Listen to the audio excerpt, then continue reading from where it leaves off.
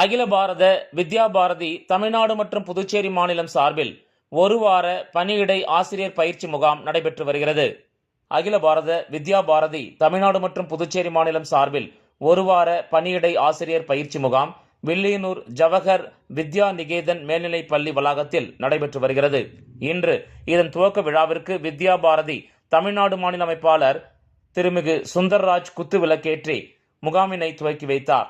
மேலும் முகாமில் வித்யா பாரதி தமிழ்நாடு மாநில தலைவர் கிருஷ்ணசெட்டி மற்றும் பொதுச் செயலாளர் ராம்குமார் ஆகியோர் கலந்து கொண்டனர்.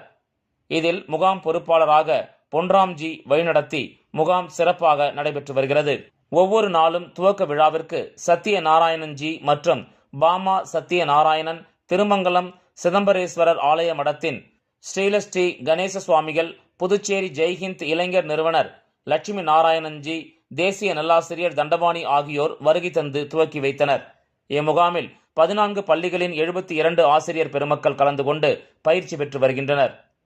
சிசுவாடிகா, ஆங்கிலம், வேத கணிதம், ஆரம்ப நிலை கல்வி ஆகிய பாடங்களில் சிறப்பு பயிற்சிகள் வழங்கப்படுகின்றன. அனைத்து பள்ளி நிர்வாகிகளின் ஒத்துழைப்புடன் இந்த முகாமுக்கான ஏற்பாடுகளை டாக்டர் ரங்கநாதன், இளமதி அழகன் மற்றும் ராமசிவராஜன் ஆகியோர் செய்து வருகின்றனர்.